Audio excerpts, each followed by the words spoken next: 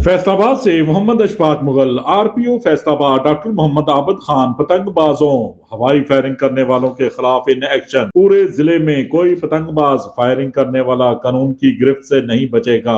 24 घंटों के दौरान 746 मुकदमात पतंगबाजों के खिलाफ दर्ज करने के साथ 654 मुलजमान गिरफ्तार कर लिए। 5274 पतंगे, 1974 चरखियां भी बरामद करके पाबंद सलासर कर दिया, जबकि हवाई फायरिंग करने वाले 28 मुलजमान गिरफ्तार होने के साथ इन पर 26 मुकदमा दर्ज कर लिए गए, जिसके साथ 21 अदद पिस्टल, 2 अदद कलाशनकोफ, 2 अदद राइफल, 223 बोर, 3 अदद राइफल, 12 बोर और 178 गोलियां बरामद कर ली गईं।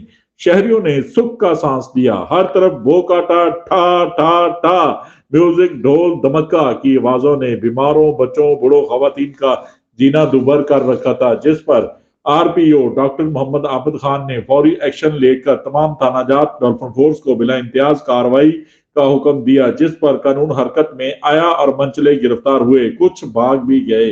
शहरियों के अमन अमान सुकून का मुहाफिज पंजाब पुलिस जिंदाबाद। देखते रहिए GS न्यूज। इस वीडियो को लाइक करें, हमारे चैनल को सब्सक्राइब कर बेल आइकन जरूर प्रेस करें।